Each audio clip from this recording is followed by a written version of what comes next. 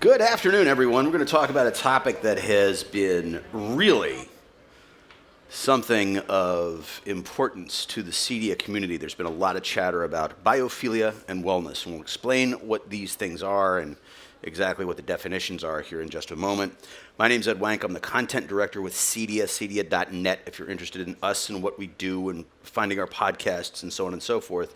And every week, my co-host on the podcast is Mr. Walt Zerbe, who's my partner in crime in that particular universe. Walt is also with CEDIA. And we have Cinzia Moretti and Jeff Hayward. Cinzia, first you tell us about what you do and where you're from. Okay, so I'm the creative director of Moretti Interior Design, and we are studio or interior and lighting, and we are originally from Italy. Okay, terrific. But we based in London and we work internationally, and we have created a system, a design system for our client that I called biodesign. Terrific. It's a system where the clients go through a journey where the design is together psychology and science. So we applied a lot of different elements like color psychology, lighting psychology, biophilic design, nature elements, 5 senses, everything to combine together so that the client go through a journey to live a well-being, so improve the lifestyle from the very beginning when they start thinking of changing the way they live inside a home and to improve the way they live for them and the families. Terrific. Great overview. Jeff Hayward, what brings you to the table, sir? So Wildwood is a marketing company. We've been working in the home technology space for 15 years, working with CEDIA. And for the last 10 years, we've also been working in interior design for a number of clients. And what we're seeing is a migration of one industry to the other, where they're collaborating a lot more. And I think we're seeing opportunities where the drivers coming from interior design can actually be fulfilled by the home technology integrators. And the question between why that is not happening right now as widespread as it's possible is, I think, down to marketing and perception of what the opportunity is. All right, we'll crack into that in a little bit. Biophilia. Philia, love of bio, nature, living things, correct? So biophilia. So that's the concept that we're after here. And the notion is that ever since mankind's ancestors first dragged themselves onto shore, up through recent history, about 100 years ago or so, we spent the bulk of our time outside. 90% of our time was spent outdoors, and we became attuned to the rhythms of nature. The sun came up, the sun went down, certain biological functions happened as a result of things. We had all kinds of stimuli around us. Our ears were attuned to look out for predators. Our peripheral vision was great at picking out things called stochastic stimuli, which are those random babbling brook, tremble of a leaf kind of moments. And what we've done is created an artificial environment full of artificial light that we live in almost 24/7 now, and it can be actually harmful to the human condition, right? It can be. We are part of the nature system. We are animals, really, so we need a contact with nature. All right. And every time we stay too long in a square space, on a cube, let's say, at one point we have this necessity of going outside to breathe fresh air, to go on holiday, to see the seaside, to see a mountain, to actually have the connection with nature that is breaking down with everyday life. It's all about buildings and nothing about outdoor. Commercial spaces have understood this for a while. Yes. And employers, I know I've seen a lot of studies from the States where the employees who sit next to the window have less absenteeism. They don't call in sick as much. They generally are more satisfied with their jobs. Yeah. So how do we extend this to the home environment, and how does technology play into it when you are designing for a client? Well, just the fact to actually have windows and more windows, bigger windows, where we are connected. We see the garden, and we can extend our visual to something that is like the sky or the grass. They already help us to live better, to be more productive, even just in the house, to actually wake up in the morning and say, oh, I can see the sun, I can see the sky, I feel already energized and feel much better. In terms of technology, there's so many things that can help to create the kind of very minimal, visible, but is there to help us to live better in many ways. All right.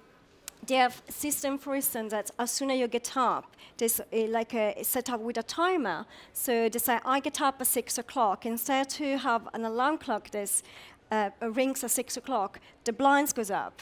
You actually wake up naturally with the sunlight. Okay. We live, well, as a human being, we live with a circadian rhythm. Right. So with the sun cycle, okay? So in the morning, for us, it's important to wake up with a warm light, not a very bright light. So if you wake up and you turn on your lights and a very cool light, you already instantly feel dizzy and say, oh gosh, I need to get up. You close your eyes, your whole routine becomes really uncomfortable. Okay. Right, if you wake up with a natural light, there is the natural color light, temperature light. You feel so much energized. So even just having something set up that opens up, for instance, 6 o'clock in the morning, electrical blinds, natural light coming in, and you feel your system, your internal system will feel much better.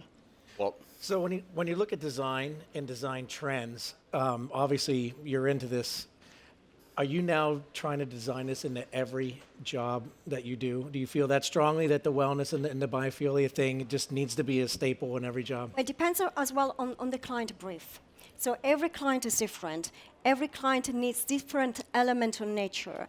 And what we're trying to bring into design is something that's connected to the background as well. So something that's connected on how they want to revoke some emotions, how they want to feel. So something that didn't work in the life before and want to change, something they want to go back to the childhood emotion and say, look, I used to always get up at a certain time and my mom used to make the lovely cake. I used to wake up with a lovely smell. So there's possibility to recreate the scent that you wake up in the morning, just even like a bread smell or something. Right. And people say, I feel much better. I actually feel so comfortable. Now I can go to work, be more productive. Because if we are stressed and unhappy in our home, we will gonna carry on that stress in our job, in our everyday life, and assimilate, and at one point we're gonna explode. It's like a computer that's never to get charged. Yeah, so before we dive into Ed's other questions that we're going to get into, we had a session earlier on design thinking, and I assume that means you spend a fair amount of time interviewing your customer and getting into maybe even ethnographic research, seeing how they live, so you can maybe answer some of these questions before you do design? Yeah, we spent quite a few hours doing a very detailed brief, where we analyze everything about every single member of the family. It's not just one member, it's all the members. So if they're kids, we analyze the kids, how they live, what they're gonna do when they get home, how they spend the weekends. We're gonna do socializing together if they need some space by themselves, because even kids have their own personality. And that's important to include that, because funny enough, when you grow up, this memory gonna stay with you. When you have your own family, you're going to live the same how your family used to live, because that's how we carry our emotion, our memories. It's inside our brain. So the more you live better now, that's you're going to give to your kids a better future, because they know how to live better, connected to nature or things like that. So we create a very detailed brief where we go into details about scent they want to revoke, some emotion, the colors they need to revoke with a special memory, what they're going to do, the lighting mood, what they want to create, absolutely in all more details. Interesting. Terrific. Makes sense. So Jeff, I started with lighting, which is kind of the obvious, I think, take here. Is that the segment you're seeing the most interest in? Well, I think there are two things to say. I think biophilia is part of wellness, but it's not everything to do with wellness. Ooh, terrific point. Yeah, so absolutely, if we're more in touch with nature, that's going to make us feel better All right. overall. And I think lighting is an obvious candidate for that. And Cinzia explained circadian rhythm lighting very well. I think for our industry, there are other opportunities around biophilic design. Many of our homes in the UK and in Europe, we don't have huge gardens. And so you can bring the garden in or the outside in through technology. I was talking with Cinzia earlier about the Samsung screens that you can now display wall art, which is beautiful sort of moving outdoor scenery, so you can project a connection with nature through that route.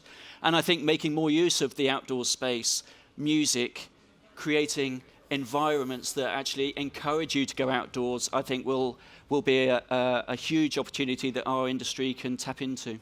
I've also read about the importance of the illusion of space above a person, and I've seen some really interesting applications of false windows, false skylights in some buildings. I'm assuming you've run into this? Yeah, you can use this false skylight. It looks like you're looking at the sky. Right on. And they create a sense of, sometimes you have a loft, but there is nowhere there is any skylight. So you can pretend there is one, so you can make one. So the technology is there, and we can use so much in order to recreate the outdoor, indoor. Like Jeff said, you can have a screen where you have the seaside view, or you can have a mountain view, or you can have a park view. So whatever makes you feel better at the time, you can change it. So there's a lot of things you can do, and the skylight you can create as well. I think to change the color of the sun as well, so according to the time of the day. I'm really happy you mentioned color, because I think there's got to be a synergistic relationship between the interior designer and the technology integrator, in that, yes, I'm going to pick out furnishings and wall treatments that are going to complement and react correctly with all of these different circadian lighting schemes throughout the day. Is that correct? And tell me how you go about building those. So even the color tone that you're going to pick has to react well to the type of color temperature of the lighting. So if the color temperature is quite warm, you can't take a color that is cool, because there will kind of visual clustering and you will feel comfortable after a while. So it's very important to work with all the elements, make sure that everything merged together in a way that is the mood that you want to create. So if you're going to spend a lot of time in the evening in one room, there's no point to put very bright colors that you think like is an early morning. So you really need to consider lots of different factors, elements to put together, so that everything works perfectly to create the right environment.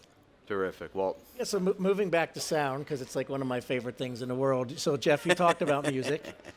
The world's ever increasingly being louder, and there seems to be a trend also for restaurants to use all hard surfaces, and you're just bombarded with loud. Are you finding that you're spending more time creating quiet spaces or escape type spaces? And that's kind of for both of you guys.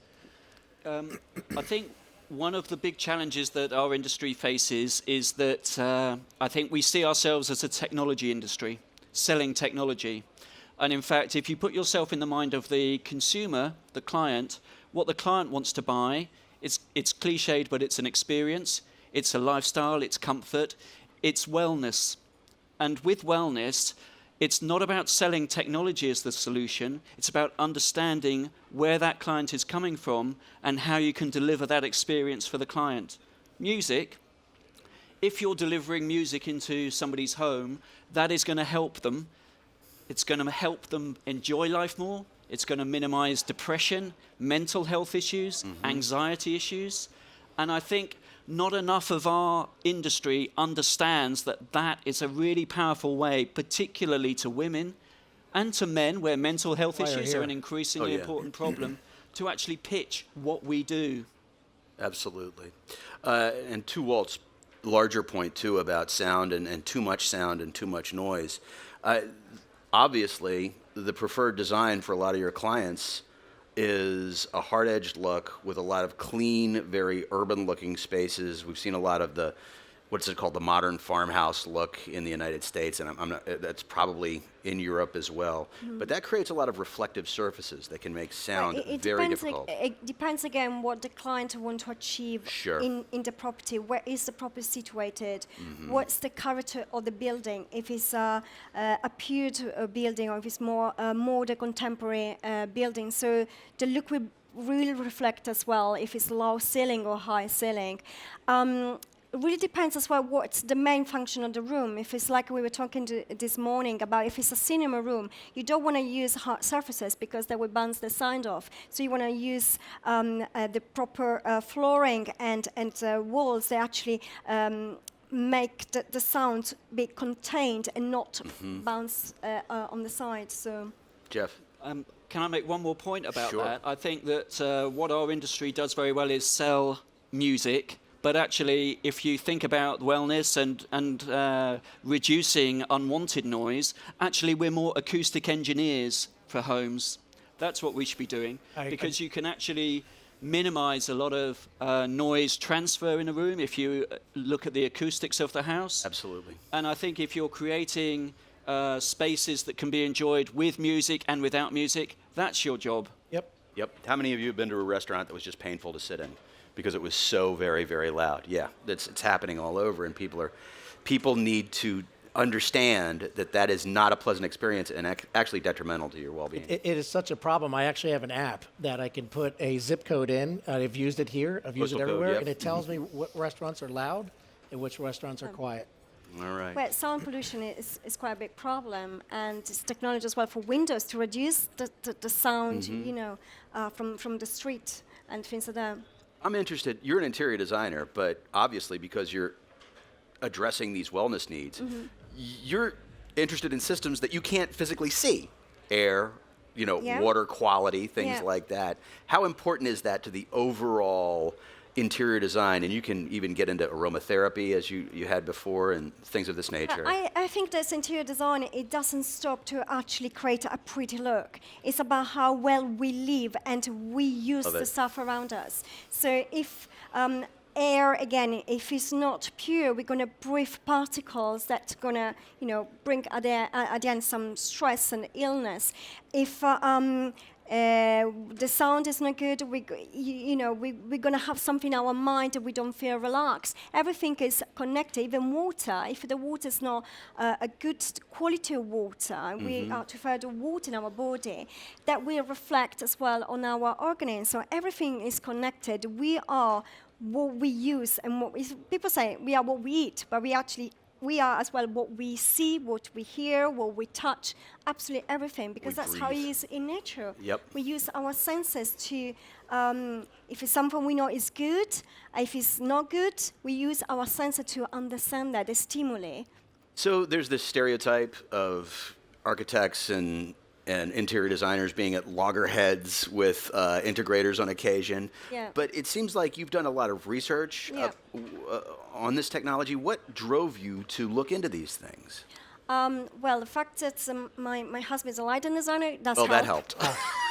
Because in most of our projects, we use the lighting, so lighting system, so he's a technology man. It's in the family. So that helps. And also because technology is there to help. It's not just to distract the way we live, but technology is there to help and improve how we live. If design works, we use it. If you have a font that makes your life much better, you're going to use it. If you technology is there and you apply in your home and it makes your life better quality, why not to use it? And if it's discreet, integrated in the right way, so thinking from the very early stage of planning, you don't see it, but it's there to help the way you live, is perfect. Jeff? I think one of the other things that we've talked about music, and we can also talk about movies being Sure. a great de-stressor. Absolutely. The cinema at home is a fantastic way to bring a family together, to make people feel happier and enjoy their lives more. And there's evidence out there. You can all go out and find it, but there is statistical evidence to support that theory. But also, I think what our industry does so well that doesn't really come across to this wellness market is we declutter spaces. Clutter is the biggest cause of stress in women at home. There are university studies that support that. And again, you look at what our industry does. We are great at hiding product. We are great at hiding wires. Yes. That is what we do. So we absolutely fit completely into this wellness world. How does this extend beyond the home? How does this extend into the urban environment? How does this extend into cities? And I bet that would be something of a dream of yours to see this happen, right? Well, it's become more awareness about this. So even in the work environment, there's a lot of companies that are trying to apply all of this. Absolutely. In terms of having, a living wall. You can see a lot of coffee shops that are actually integrating now nature, because people are attracted more when they enter a shop, a restaurant. So it's just, lots of people actually integrate that system as well in the cities. You brilliantly anticipated where I was going with this, because the living wall is something that has fascinated me ever since the first time I saw it. One of our CEDIA employees, Giles Sutton, used it in an integration in a London home that was below street level. So the air was, by its nature, not very pleasant. A living wall did a lot of things, including cleaning the air very, very naturally. And I started writing about it a little bit, and people were like, this is only a commercial thing right now. I said, no, I believe it's going to become more residential. Living moss, so you can even change a different color. You can have green, you can have orange, so you can create a look with that. And what you just spray with a little bit of water to vitalize it again. And what it does, it keeps the right humidity, because even humidity, if it's too humid, a property, it can really go inside your bones, so it's not good for you. Right. But having some living wall moss actually keep the right humidity, so you breathe pure air. And of course, you're looking at green. Exactly. Yeah. Yeah, and green and a random pattern, back to that notion of stochastic stimuli, which you need so much. I mean, yeah, there's even studies of a single plant on your desk makes Will you help feel you. better at the office. Yeah, so, exactly. it makes sense. All right. How do you get this top of mind? How do you get everybody on board with keeping this idea top of mind, instead of saying, I want this look specifically, but you say, no, we have to ensure that you're going to be comfortable in this home? Well, as soon as someone approaches us, I actually introduce that. And most of the time, people come to us because we do the system. So they already know. And they like the fact that we use lots of different elements like psychology to help the whole family and to improve the lifestyle. Because a lot of people don't realize that actually, if they're moving, is because there is a reason behind it. They need more space, they need more storage, the kids need more space outside. So there are lots of reasons why we do that. So if you complain about something, you just need to sort it out. So that's what we start with. We say, what is something that you want to improve? And let's all start from there. And they can see this kind of cycle that we created. So in every single stage, we follow the river plan and work. The clients say, okay, so I can see this coming. How can I visualize my life from now on? Can I see that? Or can we change that? So it actually is a process. It's a journey, I will say. So they have to enjoy that. Right. And that's what makes the difference. All right, Jeff. I think for our industry, it's about understanding customers better and understanding how we can fit in with what they want, rather than thinking so narrowly about what we sell. And I already see there are integrators in the US who are rebranding themselves as wellness home integrators. Love it, yeah. You can see property developers. There was a property last year in California. It's in Beverly Hills. It's marketed not as a smart home, but as a wellness house. 24.5 million. I mean, these people are high net worth consumers, right? So they're going to want to buy services from our industry. Yeah. And I think what our industry needs to do is to just understand where we fit better within that. And there is a huge opportunity. The industry is worth $4 trillion worldwide. It's not a hippie kind of niche thing. So guys and girls who are out there in the industry, get out there and make some money. All right, very good. Do we have any questions for the panelists? Yes. What do you have, sir? I'm very curious about that app you mentioned. That app you mentioned, Walt. What is that app that you mentioned? That's called SoundPrint. SoundPrint. Yeah, I'll show it to you off stage. Anybody else wants to see it, I'll show it to you. But that's if it's not tremendous. in there, when you're in a restaurant, you just have it recorded, and then it's part of the database. What's the big takeaway that you want everybody to walk out of here with? That actually design can improve your life. Everything we use absolutely everything we use, we wear, is been designed. It's been designed there to do a task, to improve the way we do things. So design, even design your home, and just need to be there because it's going to improve the way we live. And Terrific. technology is a huge part of that design Absolutely. solution. Without Absolutely. question. I clearly got planning and early stage planning and collaboration. Critical. Yes. Absolutely key Because that's to when this. everything is integrated that you don't see it. It's clean lines. Yeah. When you integrate the integration, the technology integration with the interior design and Becomes the part of the architecture. architecture. Boom. All right. What's your website? Where can people find out more about It's Moretti Design? MorettiInteriorDesign.com. Cinzia Moretti and Jeff Hayward. Where can we find out more about? We're wildwoodpr.com. Very good. And you can also find them, their lovely drawings, the caricatures by the press room if you're interested in Yeah. finding out more about these folks. CEDIA.net is the place to go if you'd like to find out more about CEDIA. Walt and I drop a podcast every week. We've been dropping one daily here if you'd like to listen to those. And all of these main stage presentations, by the way, are popping up on ISE's YouTube channel if you want to review them. If there was something you needed to hear about a little more, drop back in and feel free to ring us up with questions. We're happy to answer anything you've got. Folks, thanks very much. Round of applause for our panelists on Thanks, man. biophilia and wellness. Thanks, everyone.